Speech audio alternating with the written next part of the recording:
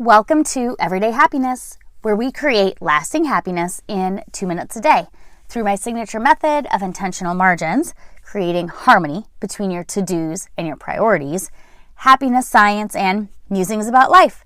I'm your host, Katie Jeffcoat, and I've been thinking a lot about happiness and still being happy when we don't get what we want. When we want something and we get it, for a minute, we get that boost. That's called natural happiness. It's this mood, the feeling of happiness. We're searching for a parking spot and we find one. We feel happy. But how can we feel happiness even when we don't get what we want?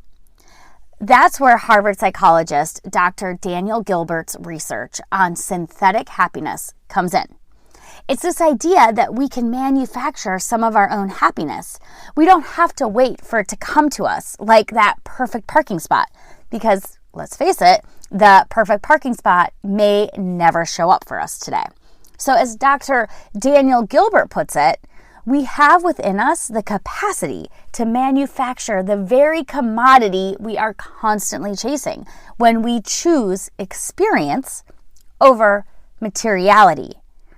That commodity is happiness, and with practice, he says, we can find more happiness through choice than we ever will through what he calls selfish pursuits of material acquisition.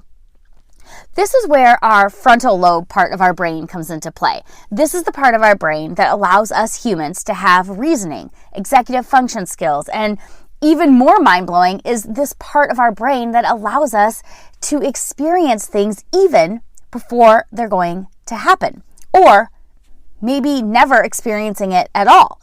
Thanks to the frontal lobe, you can be happy even though you didn't get that pay raise, for example. If happiness is not a thing, but a state of mind, then we can create synthetic happiness. Now, I'm not talking about toxic positivity, which is a whole different thing, and one we really don't have time to get into today. But what I'm saying is that there is science that indicates we humans have the ability to synthesize happiness. We don't have to wait for happiness to just happen to us. And I think that's incredible. So I'd love to know your thoughts on this. Do you have any experience with creating a glass half full scenario when it otherwise might have felt completely empty? Send me a message or tag me on your stories post. We're over at Everyday Happiness with Katie.